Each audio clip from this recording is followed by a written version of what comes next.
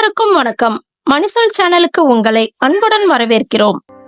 இன்றைய செய்தியில் SBI mutual ஃபண்டின் ஜன் நிவேஷ் SIP திட்டம் பற்றியும், வீட்டுக்கடன் வாங்க சிறப்பான ஃபார்முலா பற்றியும் மற்றும் இன்று தங்கம் மற்றும் வெள்ளி விலை நிலவரம் பற்றியும் பார்ப்போம்.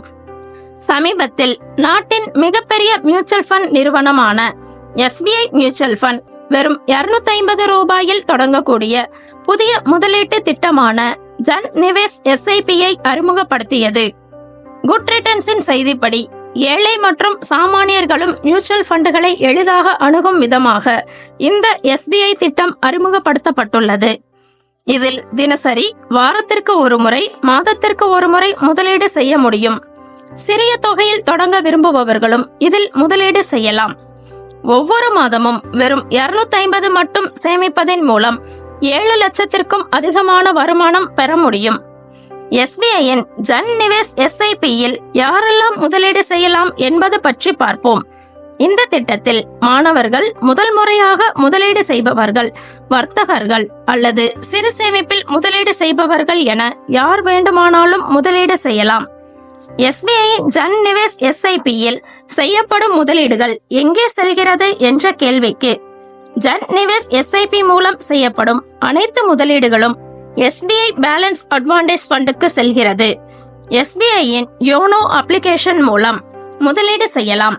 இது தவிர பேடிஎம், ஜெரோதா மற்றும் ப்ரோ போன்ற டிஜிட்டல் தளங்கள் மூலமாகவும் முதலீடு செய்யலாம்.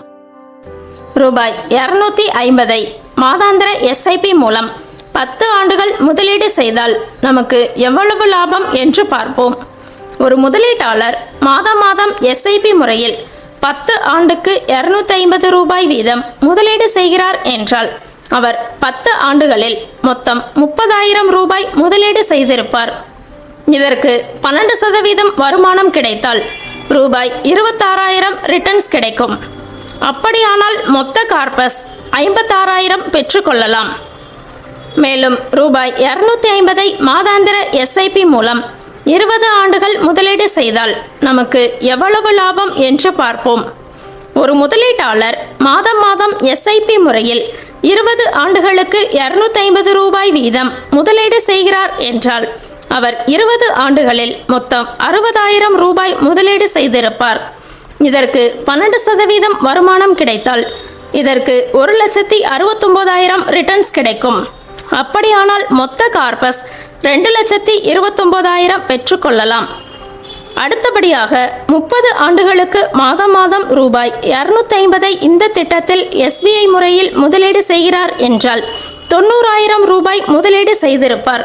அதற்கு 12% வருமானத்தால் 6,80,000 ரிட்டர்ன்ஸ் கிடைக்கும். அப்படியானால் மொத்த கார்பஸாக 7,70,000 பெற்றுக்கொள்ளலாம்.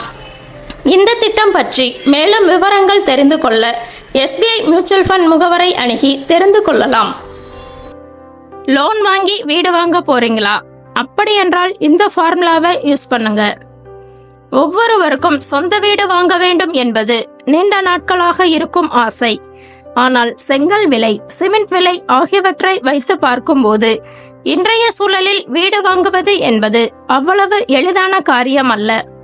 சரி, வீட்டை கட்டாமல் கட்டிய வீடாக வாங்கிவிடலாம் என்றாலும் ரியல் எஸ்டேட் விலை விண்ணை முட்டும் அளவிற்கு உயர்ந்து நிற்கிறது.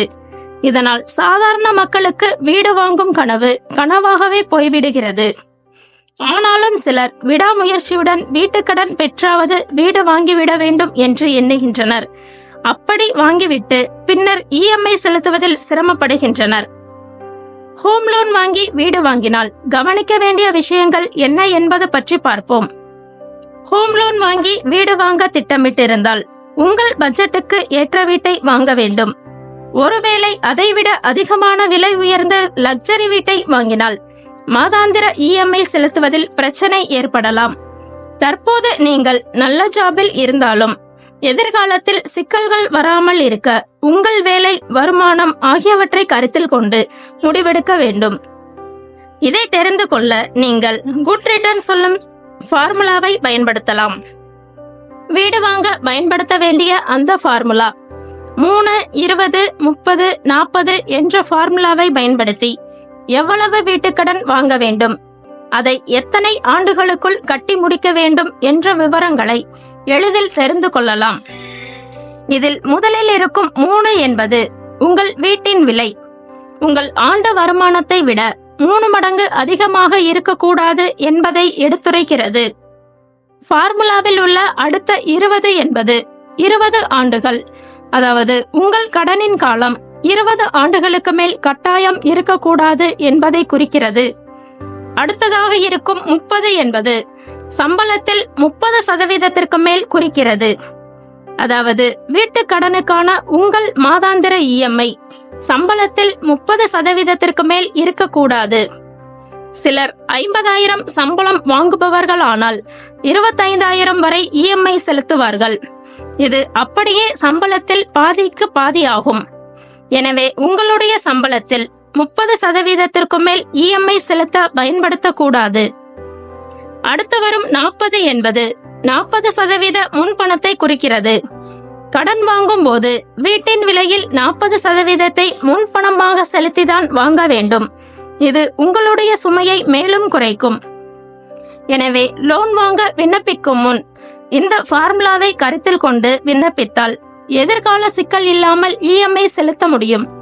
அதோடு வீட்டு கனவை எளிதில் நனவாக்க முடியும். இன்று தங்கம் மற்றும் வெள்ளி விலை நிலவரம் பற்றி பார்ப்போம். ஆபரண தங்கம் 1 கிராம் 8,050 ஆகவும் வெள்ளி 1 கிராம் 106 ஆகவும் இருந்தது. இந்த சேனலை லைக் பண்ணுங்க, உங்க நண்பர்களுக்கும் உறவினர்களுக்கும் ஷேர் பண்ணுங்க, சப்ஸ்கிரைப் பண்ணுங்க, பெல் ஐகானை தட்டி விடுங்க. நன்றி.